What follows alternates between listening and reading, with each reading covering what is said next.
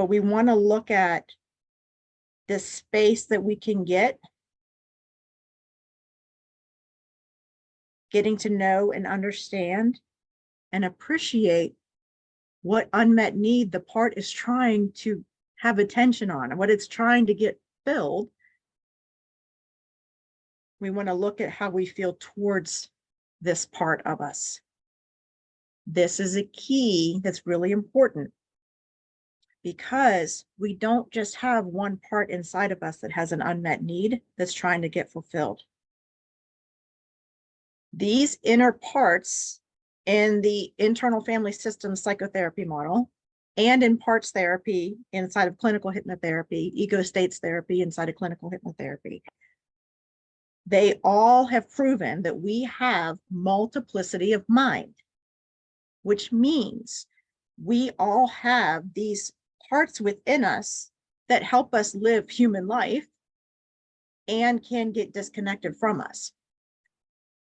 Even if you grow up in a securely attached home with loving, attentive parents, the average person still has at least 10 of these sub-personalities, of these inner parts in the subconscious mind.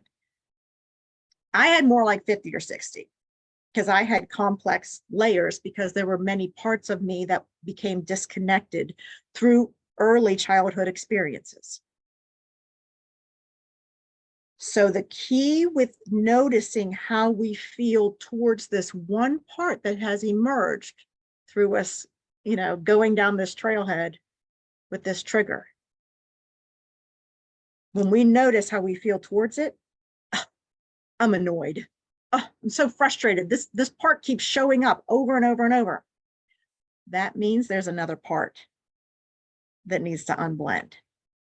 And this is where the process gets really tricky, because we have to keep noticing how we feel towards each part to know if there's still another part blended. And if there is, we need to ask that part to unblend. So a good visual is like a tulip, the flower. It has like those thick, almost plastic looking petals, right? And the petals are all around us like this. And we have to keep peeling back the petals, like unblending from each part, because inside is the stem, is the life force, the core essence, the self energy, the chi. To get to our core essence, who we truly are, we have to keep unblending from each of the parts that are blocking it. So that's why step 11 is keep unblending, noticing how you feel towards the emotion. How do you feel towards this trigger that keeps showing up? How do you feel towards the story that's being told? If it's anything that's judgmental or even has an agenda, it's still a part. You get to the inside of the flower when you feel compassion, understanding, appreciation, love, kindness, patience towards the part. That's when you know you're getting into self energy, into your core essence, into your true being. And that's really who you truly are. I spent first half of my life, in a manager part, second half in a firefighter part, and thought that's who I was. No, I'm just abrasive. I'm just, sarcastic. That's who I am. No, it's not who I am. It was a part running the show because it was scary. So I know that's a lot. That's a lot in a little bit of time. So I just want to go over the next part of the daily parts check-in of the workbook, because this is how we start to prevent triggers. We go inside, we turn our attention off of whatever is in our external world that we're pointing our finger. It's your fault that I feel not seen. It's your fault that I feel criticized. It's your fault. That's not where the gold is. The treasure is inside, turning inward, attention inward, finding out what's going on underneath that trigger. But then the next piece is the daily practice of centering before the triggers even strike. So we're beginning to prevent the triggers from showing up by doing that inner dialogue before we're triggered. So a good way that I just developed it through my own healing process is first thing in the morning, I do morning pages. This comes from Julie Cameron that wrote the Artist's Way book. This opens up so much creativity in life. If you do nothing else, if you just do this, it'll change your life. First thing in the morning, you get up, you write down 3 pages. I write only on the fronts of notebook. You can write, draw, doodle, and don't pay attention to handwriting. Don't pay attention to grammar. Don't worry about what you're writing.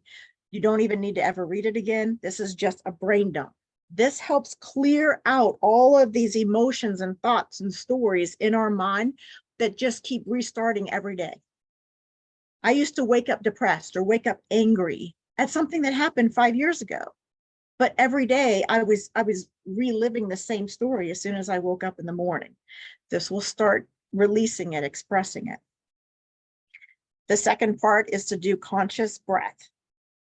This is a calming way to sit with emotion that comes up, not in emotion. We want to start creating that spaciousness inside so that we can connect. Conscious breath is a very shortened form of yogic breath, which I teach in the program. That's very effective. It's so effective that it sends me into a psychedelic trip. And I've never done psychedelics in my life. But conscious breath is a shortened form to sit with the emotion. And all you do is you breathe in through the nose, expanding the belly out. So you want to open up that diaphragm that's kind of underneath your lungs. So deep inhale, expanding the belly out, and then exhale through the mouth, bringing the belly button in towards your spine with a longer exhale than the inhale. This calms the nervous system. It calms the parts that run into survival mode, trying to help you avoid future pain. And then the third step is doing that U-turn, putting that attention inward, and then doing the 12 steps in your workbook. And then the next page is it's a bonus daily checklist that just says the morning pages, the conscious breath, the U-turn for the parts check-in. The universe to-do list is something that I started doing where I had outrageous amount of things added to my plate by inner parts trying to keep me distracted from my emotions. All it is on the left side of the paper, I write down everything that the universe can do for me, bring me, collaborative components, people, projects, opportunities, options, whatever. And then on the right side is what do I actually have to do, action steps in my life experience here in this moment.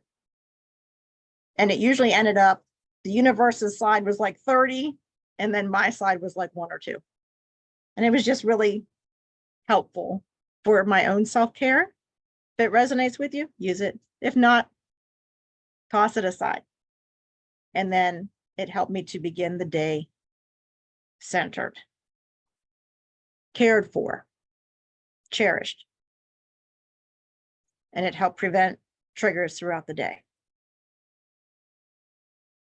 Okay, that's a lot. I know that's really a lot. And I wanted to explain to you the inner system of the structure of how the parts are inside of the subconscious mind, because there are different parts that hold the core wounds that are shoved to the ends of the system, in the basements and the dungeons, under the caves, under the rocks, inside the system. And then there are protector parts that kind of run the show, proactively controlling and reactively, usually annihilating relationships. But they're the ones running the survival strategies. But I'm going to keep it light. I think this is a lot of material to cover in this amount of time. And I really want to hear your questions and see what other questions those spark in other people. So I'm going to leave the details of the inner system and the subconscious with different roles that the parts play for the program. But this at least helps you get through the workbook, which is what I was requested to do. So anyone who has a question, if you will raise your hand on the bottom of the Zoom screen, there should be an option to raise your hand.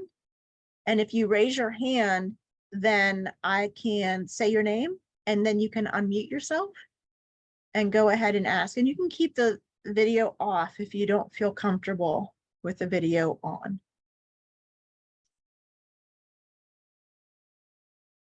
I have a question. So how do I stop from doing the knee-jerk reactions, going from like 0 to 1,000, losing my shit? Like, what is your biggest tool for not losing your shit on somebody when you react? Yeah, man, I had a hard time with that in the beginning because my reaction time was like inside of 0.2 seconds. I would be triggered and like immediately, you know, vomit all over the person in front of me. And Brene Brown even says, we have pain already. We have pain. We either deal with it inside or we force it outside. We project it outside onto other people. So it's a natural thing to do, but that doesn't mean that it's the right thing to do. Like I say in IFS, all parts are welcome, but all behavior is not. So to close that, well, it's my span of time was 0.2 seconds. The span of time between your trigger and your reaction time, I believe it was, I want to say it was Pat Ogden, Dr. Pat Ogden, who coined the term window of tolerance. So there is a space of time between the trigger, the stimulus, and the response, the reaction, that's vital to prevent harm to other people in your life. I had to walk away. As soon as I was triggered, I had to know what the trigger response was in my body. Mine was stiffness, like constriction, and then rapid heartbeat. So I knew as soon as I had the rapid heartbeat, I had like a 0.1 second to get out of there. So I called it pause for the cause. Know what your body sensations are when you're triggered and get out of there. Tell the people in your life what's going on, what you're working on, what your goals are, and why you might need to exit. You might need to exit for 2 hours before you can come back and talk about anything. Do it. Do it for your own self-care and do it for the love that you have of other people in your life. Pause for the cause. Go to the bathroom if you have to. Do the conscious breath. Breathe with the emotion and get out your workbook and start tracking the trigger. What was it that set you off? Pause for the cause. And I have to be transparent again. Imperfectly perfect is I don't know how to see if people have their hands raised. I have another question. You said on blending. Yeah. Do you have any tricks or tools? It's difficult to unblend. Yes. Unblending is, in my opinion, it's the toughest part of this process. Because when the parts in our inner system are scared, that's when they're like, ah, you know, they're on top of you and they can't unblend while they are scared. Trust has to be built before they're relaxed enough to unblend. But sitting with the emotion, acknowledging the emotion helps that part to relax back. So my ultimate advice for just about anything in life and for unblending is slow down. Slow down. Anytime anything is overwhelming, anytime anything is scary, slow down and acknowledge it.